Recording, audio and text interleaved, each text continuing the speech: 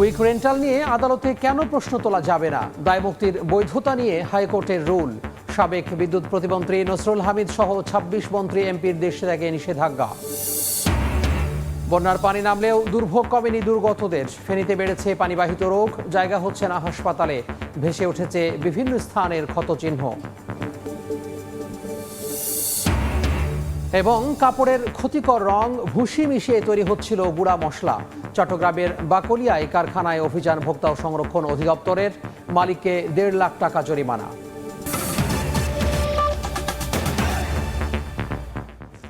সময় সংবাদের সঙ্গে আছি আমি তোহা খান তামিম।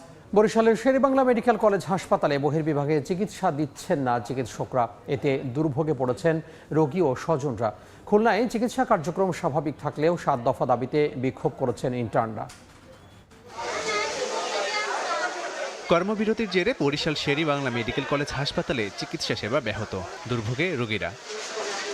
ঢাকা মেডিকেল কলেজ হাসপাতালের ভেতরে হামলার ঘটনায় দেশের বেশ কয়েকটি হাসপাতালে কর্মবিরতি পালন করছেন ইন্টার্ন চিকিৎসকরা। সোমবার সকালে নিরাপত্তাহীনতার কথা জানিয়ে বরিশালের শেরেবাংলা মেডিকেল কলেজ হাসপাতালে জরুরি বিভাগ সহ সব সেবা বন্ধ করে দেওয়া হয়। পরে প্রশাসনের আশ্বাসে জরুরি বিভাগে চিকিৎসা চালু হলেও বন্ধ রয়েছে আউটডোর। আমাদের নাকি ধর্মঘট আছে, শাটডাউন আছে, এই বলে সবাইকে পাঠাই দিচ্ছে। আমাদের দাবি তো আমাদের চিকিৎসা করুক, এটাই তো আমরা চাই। অনেক দূর থেকে আমরা আসছি, এখন ডাক্তার দেখবে না, ধর্মঘট এসব বলতেছে। ঢাকায় যাওয়া হয়েছে, এখন ইমার্জেন্সি বাচ্চাদের কি হবে? আমাদের প্রত্যেকের জন্যই একটা লজ্জাজনক অবস্থা যে আমাদের এখানে কর্মস্থলে কোনো সেফটি, সিকিউরিটি, নিরাপত্তা এগুলো আমরা কিছুই পাচ্ছি না আসলে। হ্যাঁ, আমরাও ভয়ে থাকি কখন কোথায় হয়।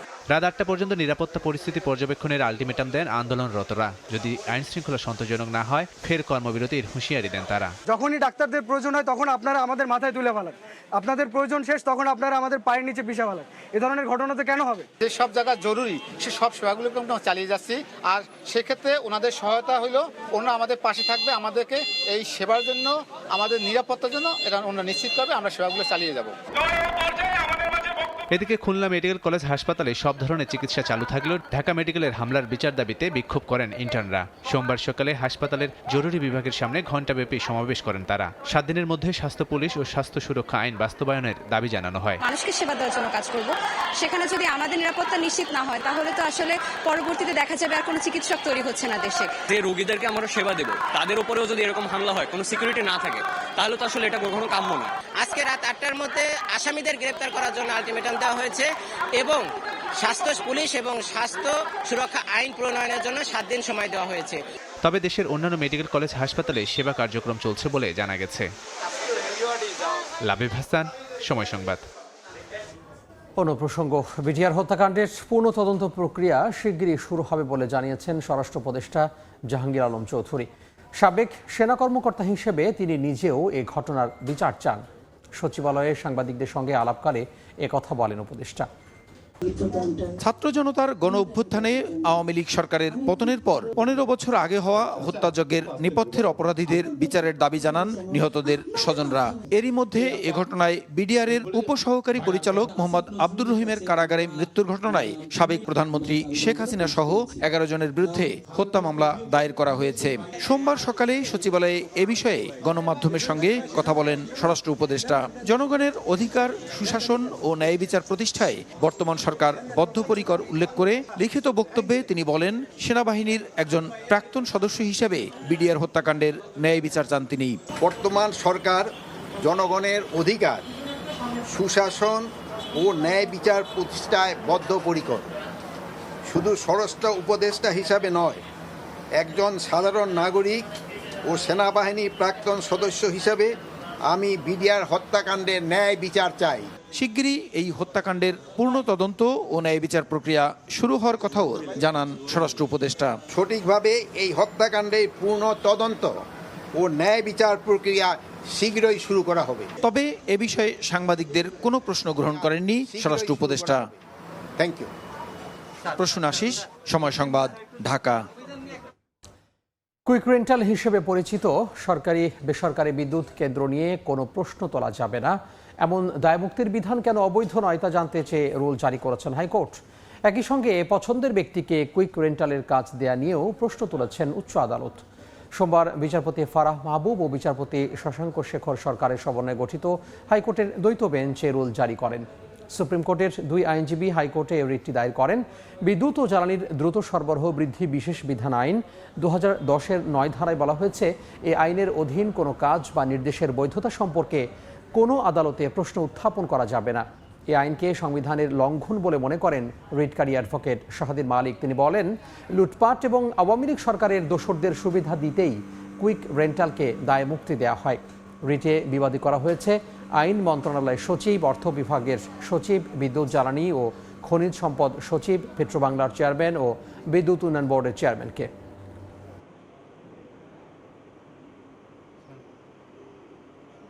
অর্থাৎ যেখানে সরকারের যত ক্রয় একটা প্রক্রিয়ার মধ্যে দিয়ে হয়, একটা টেন্ডারিং প্রসেস যেটাকে আমরা বলি, একটা প্রক্রিয়ার মধ্যে দিয়ে হয়, কিন্তু এই বিদ্যুৎ কেন্দ্রগুলি মন্ত্রীর একক বিবেচনায় সে যাকে ইচ্ছা তাকে যত টাকা ইচ্ছা তত টাকায় চুক্তি করার ক্ষমতা দেওয়া হয়েছে, যেটা অবশ্যই এটা মানে কোনো সভ্য রাষ্ট্রে কোনো মন্ত্রী এরকম একক ক্ষমতা থাকতে পারে না। আদালতের এখতিয়ার রদ করতে পারে এমন কোনো তো আইন হতে পারে না।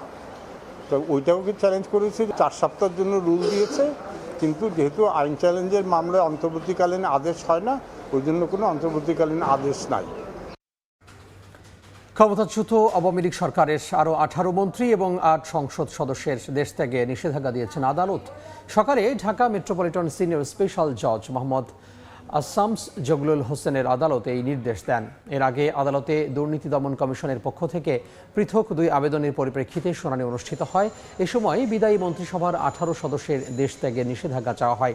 শুনানি শেষে আদালত দেশ ত্যাগে নিষেধাজ্ঞার আদেশ দেন। নিষেধাজ্ঞার আওতায় আছেন সাবেক বিদ্যুৎ জ্বালানি ও খনিজ সম্পদ প্রতিমন্ত্রী নসরুল হামিদ, নৌ পরিবহন প্রতিমন্ত্রী খালিদ মাহমুদ চৌধুরী, ধর্মমন্ত্রী ফরিদুল হক খান, প্রাথমিক গণশিক্ষা প্রতিমন্ত্রী জাকির হোসেন, প্রবাসী কল্যাণ মন্ত্রী ইমরান আহমেদ। সাবেক সংসদ সদস্যের মধ্যে আছেন নাবিল আহমেদ, শহীদুল ইসলাম, মেহের আফরোজ, আবু সাইদ আল মাহমুদ স্বপন ও শেখ হেলাল উদ্দিন।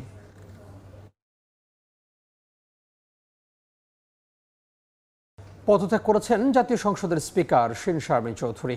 সোমবার রাষ্ট্রপতি মোহাম্মদ শাহাবুদ্দিনের কাছে তিনি পদত্যাগপত্র জমা দেন। শেখ হাসিনা সরকারের পতনের 27 দিনের মাথায় পদত্যাগ করলেন স্পিকার। 2013 সালের 30 এপ্রিল স্পিকার নির্বাচিত হন শিন শারমিন। এরপর থেকে তিনি এই দায়িত্বে ছিলেন। সবশেষ গত জানুয়ারি নির্বাচনে আওয়ামী লীগ জয়ী হয়ে সরকার গঠনের পর শিন শারমিনকে স্পিকার নির্বাচিত করা হয়। ছাত্র জনতার অভ্যুত্থানে গুলি করে হত্যার ঘটনায় সাবেক প্রধানমন্ত্রী শেখ হাসিনা সহ আওয়ামী লীগ নেতাদের বিরুদ্ধে মামলা হচ্ছে। শিন শারমিন চৌধুরীর নামেও মামলা হয়েছে।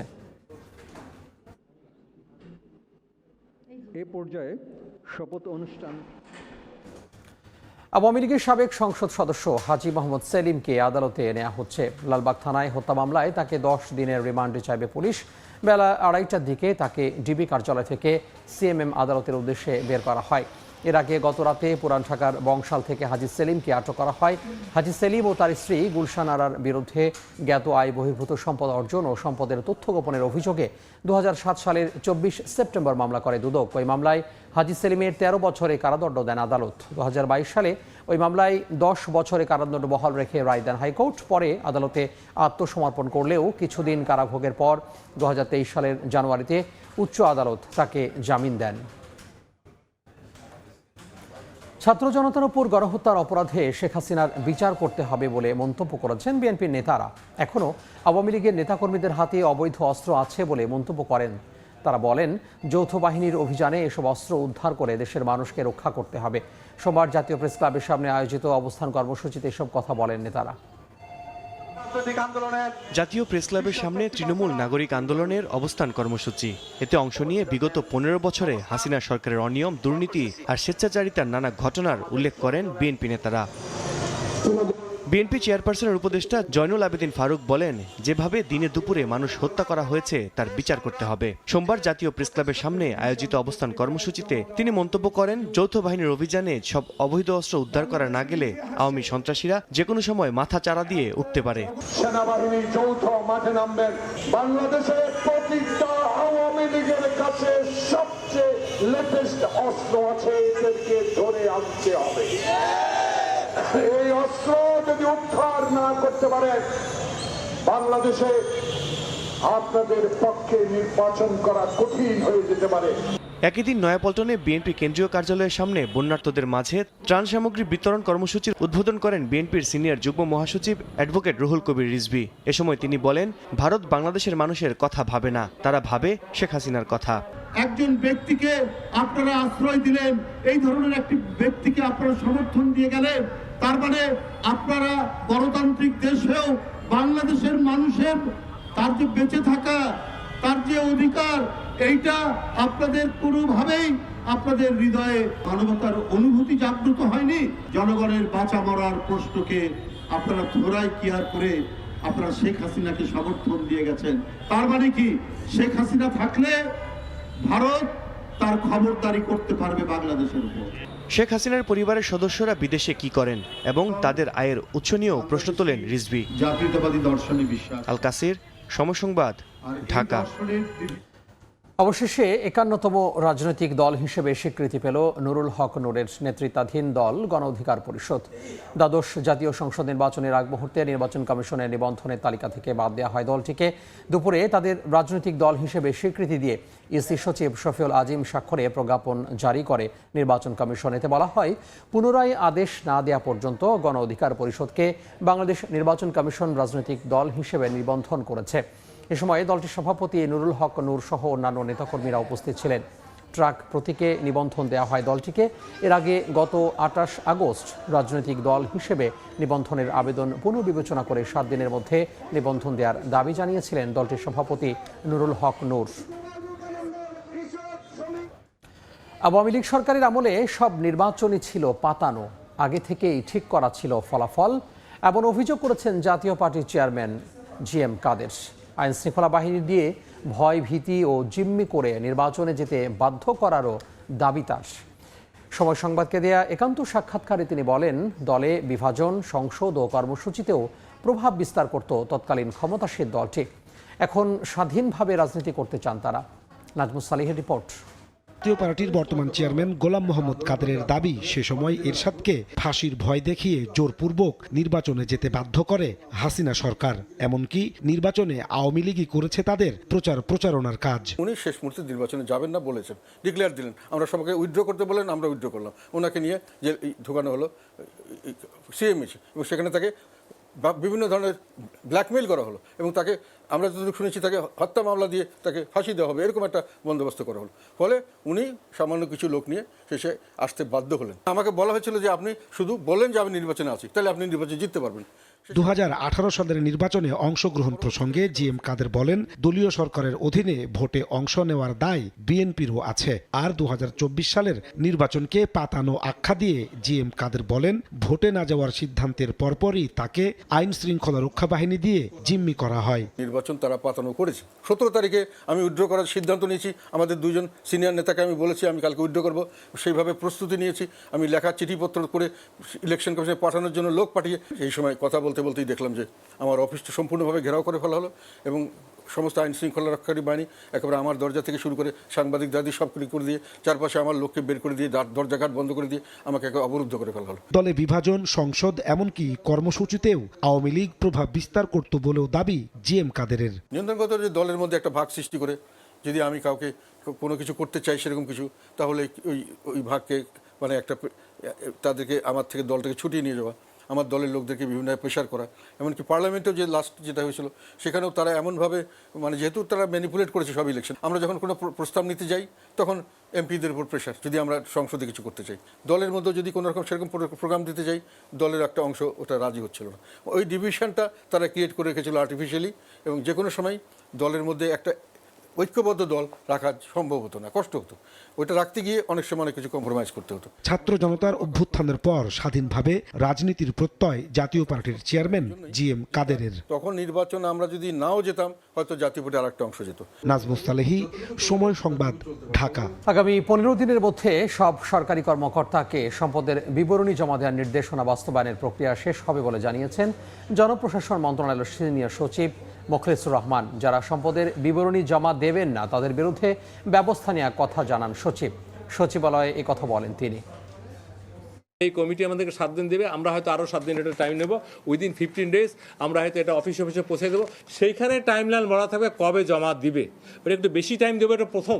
এবং প্রতি বছর আমরা হয় বলে দেবো 1 জানুয়ারি অথবা 1 জুলাই। জমা না দিলে কি হবে, দণ্ডটা কোথায় হবে, কিভাবে তার বিরুদ্ধে ব্যবস্থা নেবে? কারণ সব কিছুর যদি নেগেটিভিটি না বলেন, পজিটিভ জিনিস আসবে না। ওরা যদি বলে জমা না দিলেও আমি যা, তাহলে দেবো কেন? জমা না দিলে খবর আছে, এবার সোজা কথা, আইনানুগ খবর। এস আলমের ঘনিষ্ঠ সহযোগী এবং 1400 কোটি টাকা ঋণ খেলাপি আনসারুল আলম চৌধুরীকে চট্টগ্রাম শাহ আমানত বিমানবন্দর থেকে আটক করা হয়েছে। সকালে দুবাই যাওয়ার উদ্দেশ্যে বিমানবন্দরে আসেন ব্যবসায়ী আনসারুল আলম চৌধুরী। ইসলামী ব্যাংক থেকে 1400 কোটি টাকা ঋণ নিয়ে পরিশোধ না করার অভিযোগ থাকায় ইমিগ্রেশন পুলিশ তাকে আটকে দেয়। পরে পুলিশের কাছে হস্তান্তর করা হয়। ব্যবসায়ী আনসারুল আলম চৌধুরী রুহুল আলোচিত এস আম গ্রুপের ঘনিষ্ঠ হিসেবে পরিচিত। তার গ্রামের বাড়ি উত্তর চট্টগ্রামের রাউজানে। কাপড়ের ক্ষতিকর রং ভুসি মিশিয়ে মশলা তৈরি হচ্ছিল চট্টগ্রামের বাকলিয়ায়। স্থানীয়দের অভিযোগ, পুলিশ সহ রাজনৈতিক নেতাদের চাঁদা দিয়ে এসব ভেজাল মশলা উৎপাদন করে আসছিল কারখানা কর্তৃপক্ষ। অভিযান চালিয়ে কারখানা মালিককে 1.5 লাখ টাকা জরিমানা করেছে ভোক্তা অধিকার সংরক্ষণ অধিদপ্তর। লাল প্যাকেটে পড়ে আছে তৈরি পোশাক শিল্পে ব্যবহার করা কাপড়ের রং, পাশে আরও আছে কাঠের ভুসি ও পচা শুকনো মরিচ। আর এসব দিয়ে দীর্ঘ 10 বছর ধরে মরিচ, হলুদ, ধনিয়ার মতো মশলা তৈরি করে দেদারসে বিক্রি করা হচ্ছে। চট্টগ্রামের বাকুলিয়া এলাকায় ভেজাল ও স্বাস্থ্যের জন্য ক্ষতিকর এমন এক মশলার কারখানার সন্ধান পায় ছাত্ররা। পরে ভোক্তা অধিকার অধিদপ্তরে অভিযোগ করলে অভিযান চালায় সংস্থাটি। কেমিক্যাল ব্যবহার করে তৈরি করা মশলা জব্দ করে ভোক্তা অধিকার সতর্ক করার পাশাপাশি জরিমানা করা হয় 1.5 লাখ টাকা। হাজারো অলিগলি আছে, হাজারো এরকম ভেজাল প্রতিষ্ঠান রয়েছে। আপনারা এলাকার মানুষ যে যেখানে যে ভেজাল পণ্যের তথ্য পান, আপনারা দয়া করে আমাদেরকে একটু জানাবেন। স্থানীয়দের অভিযোগ, আগে পুলিশ সহ স্থানীয় প্রভাবশালীদের চাঁদা দিয়ে ম্যানেজ করে এ ধরনের ভেজাল মশলা উৎপাদন করে আসছিল কারখানার মালিক। যখন আমরা বেশি করতে চাই তখন আমাদেরকে টাকা অফার করে। আমরা যখন এটার মধ্যে একই হই নাই, এগুলো যখন পাইছি তখন এলাকাবাসীর সাহায্যে তালাটা ভেঙে, গুণনের তালাটা ভেঙে এখানে ভিতর ঢুকে এই রংগুলো উদ্ধার করি। একটা কাঠের বুশি আছে, আরেকটা কিসের একটা বুশি আছে, 2 রকম বুশি দিয়ে উনি 2 রকমের রং বানাচ্ছে। বাচ্চারা খায়, আমরাও খাই, এখানে যত মানুষ সবাই খায়, কেউ বলতে পারে না বলে অরিজিনাল খায়, ডুপ্লিকেট খেতেছে। কিন্তু প্রশাসনের সবগুলো মেলের মধ্যে যাইয়া টেস্ট করার দরকার। এই ধরনের ভেজাল বিরোধী অভিযান অব্যাহত রাখার দাবি এলাকাবাসীর। ফেরদৌস লিপি, সময় সংবাদ, চট্টগ্রাম।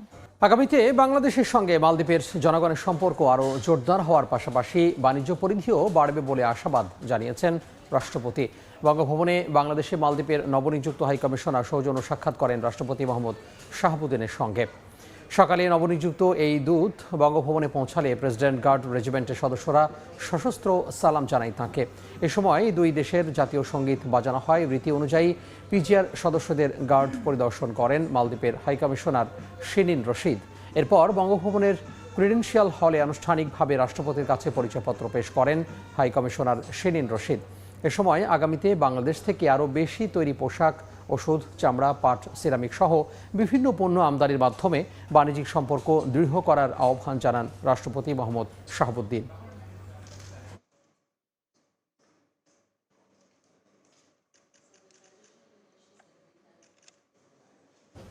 রাজধানীর 2 সিটি কর্পোরেশনে সেবা পেতে হজবরল অবস্থার সম্মুখীন হচ্ছেন গ্রাহকরা। আত্মগোপনে অধিকাংশ কাউন্সিলর চলে যাওয়ায় এমন পরিস্থিতির উদ্ভব হয়েছে। তাই সেবা পেতে ভোগান্তিতে পড়া নগরের সাধারণ মানুষরা এর সমাধান চেয়েছে অন্তর্বর্তী সরকারের কাছে। 5 আগস্ট আওয়ামী লীগ সরকার পতনের পর অনেকটা স্থবির 2 সিটির নাগরিক সেবা। আত্মগোপনে আছেন 2 সিটির মেয়র। মামলা ও হামলার ভয়ে প্যানেল মেয়র ও ওয়ার্ড কাউন্সিলর সহ অধিকাংশ জনপ্রতিনিধি এখন পলাতক। কাউন্সিলর অফিস বন্ধ, অনেক লোকে এসে খোঁজ করে। একটা নাগরিক সার্টিফিকেট নিতে আসছিলাম, এখন কাউন্সিলর নাই আর প্রতিনিধি আছে, এদের কাছে দিয়ে গেলাম, কালকে দিয়ে দিবে আর কি। জনপ্রতিনিধিদের অনুপস্থিতিতে ভোগান্তিতে পড়েছেন নাগরিকরা। জাতীয়তা ও চারিত্রিক সনদ, উত্তরাধিকার সনদ, জন্মমৃত্যু সনদ, জন্ম নিবন্ধন সংশোধন, ওয়ারিশ ও প্রতিবন্ধী ভাতা সত্যায়িতর মতো প্রায় 14টি সেবা থেকে বঞ্চিত সিটি কর্পোরেশনের বাসিন্দারা। নতুন যারা জন্ম নিবন্ধন করতে আসে, ঘুরা যাইতেছে, স্পিকার দেওয়ার জন্য অনেকে আইসা ঘুরে যেতেছে। সুযোগ সুবিধা সাধারণ জনগণ পায়, সেই সুবিধাগুলোর কথা বিবেচনা করে তারা যদি একজন প্রতিনিধি নিয়োগ করে সেক্ষেত্রে আমাদের জন্য খুবই সুবিধা হবে। উত্তর ও দক্ষিণের বেশ কয়েকটি কাউন্সিলরের কার্যালয়ে গিয়ে দেখা যায় অধিকাংশ কার্যালয়ে ভাঙচুর চালানোর কারণে তালা ঝুলছে ফটকে। স্থানীয়রা জানিয়েছেন 5 আগস্টের পর থেকেই কার্যালয় বন্ধ। টিসিবির কার্ড নেওয়ার জন্য যারা আসতেছে তারা ঘুরে যাচ্ছে। যারা কার্ড পাচ্ছে না, নতুন লোক যদি এখানে বসানো হয় তাহলে তারা কার্ড পাবে, তারা সুবিধা বঞ্চিত হবে না। প্রশাসক নিয়োগের মাধ্যমে সচল রাখার চেষ্টা করা হলেও নির্বাচিত প্রতিনিধি কার্যালয়ে না থাকায় ভোগান্তির শেষ নেই প্রয়োজনে আসা সেবা প্রত্যাশীদের। তবে কিছু কার্যালয়ে স্বল্প সংখ্যক কর্মী দিয়ে চেষ্টা চালানো হচ্ছে কার্যক্রম চালু রাখার। প্রশাসক সাহেব যখন এসেছেন এখনো আমাদেরকে যেভাবে ডেকে বা বলা দরকার সেটা করেনি, এখনো আমাদেরকে কোনো ইনস্ট্রাকশন দেননি। আমার অফিস পুরা গেছে, একটা চিঠি দিয়েছি, আমি জিডি করেছি, আমি জিডির কপিও দিয়েছি, এখানে বসতে পারতেছি না, আমি বাসায় বসে কাজ করছি, এটারও চিঠি তার কাছে দেওয়া আছে। দক্ষিণ সিটির প্রশাসক জানান জন্ম ও মৃত্যু সনদ সহ অন্যান্য কার্যক্রম অব্যাহত রয়েছে। তবে কাউন্সিলরদের দায়িত্ব পালনের বিষয়ে সিদ্ধান্ত নেবে অন্তর্বর্তী সরকার। আগামী 1 সপ্তাহের মধ্যে সব সেবা কার্যক্রম চালু হবে বলে আশ্বস্ত করেন উত্তর সিটির প্রধান নির্বাহী কর্মকর্তা। স্থানীয় সরকার বিভাগকে আমাদের যে চ্যালেঞ্জগুলো আছে বা আসতে পারে সেই বিষয়গুলো অবহিত করেছি। আমরা আশা করি কোনো একটা নির্দেশনা পেয়ে যাব। চেষ্টা চালিয়ে যাচ্ছি আমাদের সেবা স্বাভাবিক রাখার জন্য। স্পেসিফিক আসে যে এই সেবাটা পাচ্ছে না, সেক্ষেত্রে আমরা তাৎক্ষণিকভাবে ব্যবস্থা গ্রহণ করতে পারবো আমাদের বিকল্প পদ্ধতিতে। এই মুহূর্ত পর্যন্ত আমাদের কাছে এরকম কোনো অভিযোগ আসে নাই যে জনগণ আদৌ সেবা পাচ্ছে না। যেসব কর্মকর্তা আমরা দায়িত্ব দেব তাদেরকে ওই জন্ম নিবন্ধন সহ অন্যান্য যে সার্টিফিকেটগুলো দেয়, অন্যান্য যে সার্ভিস, সেগুলোও তাদেরকে অ্যাসাইন করে দেওয়া হবে। আমরা হোপফুল যে এই সপ্তাহের মধ্যেই এটা অ্যাজ ইট ইজ চলে যাবে। মশক নিধন পরিচ্ছন্নতা কর্মীদের কাজের তদারকি এবং টিসিবির পণ্য বিতরণের কাজও পরিচালিত হয় কাউন্সিলরের কার্যালয় থেকেই। তাই এই সমস্যার আশু সমাধান চান নাগরিকরা। রৌনক নিয়ন্তা, সময় সংবাদ, ঢাকা। টিকিট বিক্রিতে অনিয়ম সহ রেল বিভাগে দুর্নীতি বন্ধ ও সেবার মান বাড়ানোর দাবিতে মহাপরিচালক বরাবর স্মারকলিপি দিয়েছেন শিক্ষার্থীরা। বৈষম্য বিরোধী ছাত্র আন্দোলনের ব্যানারে 13 দাবি নিয়ে মন্ত্রণালয়ে আসেন তারা। এ সময় ট্রেনের সময়সূচি, ওয়াশরুমের অব্যবস্থাপনা, যাত্রীদের নিরাপত্তা, আসন ব্যবস্থা, লাইনের অবকাঠামোগত সমস্যা সহ নানা দাবি তুলে ধরা হয়। পাশের দেশগুলোর সঙ্গে ভাড়ার পার্থক্য তুলে ধরে রেলের ভাড়া সাধারণ মানুষের নাগালে আনার দাবিও জানান তারা। স্মারকলিপি জমা দিয়ে দ্রুতই সব অনিয়মের বিরুদ্ধে কাজ করার আশ্বাস দেন মহাপরিচালক। রেলের প্রতি সাধারণ মানুষের আস্থা ফেরাতে কর্তৃপক্ষের সঙ্গে শিক্ষার্থীরাও কাজ করতে আগ্রহী বলে জানান তারা। তিনি আমাদের সাথে অনেকটা একমত এবং তাই সেও অনেক খুশি হয় এই বিষয়ে, সেও আমাদের সাথে একসাথে হয়ে কাজ করতে চান এবং তিনি আমাদেরকে অনেক আশ্বাস দিয়েছেন যে সকল সমস্যা তুলে ধরা হয়েছে এই বিষয়ে আমরা যত দ্রুত সম্ভব আমরা উপর মহলে যারা আছে, যে উপদেষ্টা মণ্ডলী আছে, তাদের সাথে আলোচনায় বসবেন। আলোচনায় বসার পরে তারা সিদ্ধান্ত নেবেন কোন কোন সমস্যা ইনস্ট্যান্ট তারা কভার করতে পারেন। চাকরি স্থায়ীকরণের দাবিতে আমরণ অনশন কর্মসূচি ডাক দিয়েছেন বিআইডব্লিউটিসির অস্থায়ী কর্মচারীরা। সকালে বাংলা মোটরের বাংলাদেশ নৌ পরিবহন কর্পোরেশনের সামনে কর্মসূচি শুরু করেন তারা। বলেন, দীর্ঘদিন চাকরি করেও নানা বৈষম্যের শিকার হয়েছেন তারা। বিভিন্ন কুচক্রি মহল নিয়োগ বাণিজ্য করে বাইরে থেকে লোক নিলেও তাদের স্থায়ী করেনি। এ সময় সংস্থার অন্যান্য অনিয়ম সংস্কার করার দাবিও জানান তারা।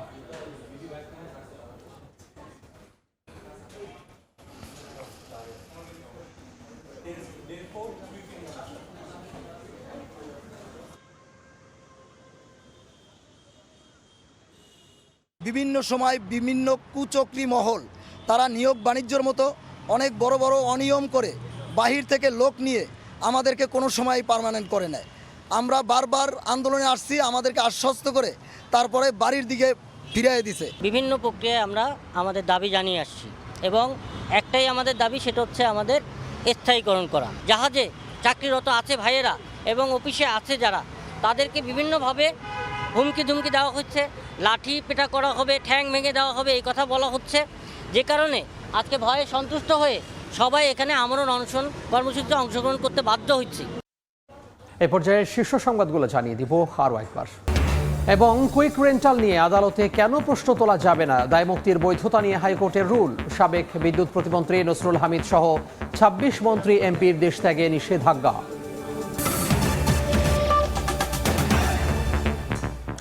এই ছিল সময় সংবাদে, সঙ্গে থাকুন সময়।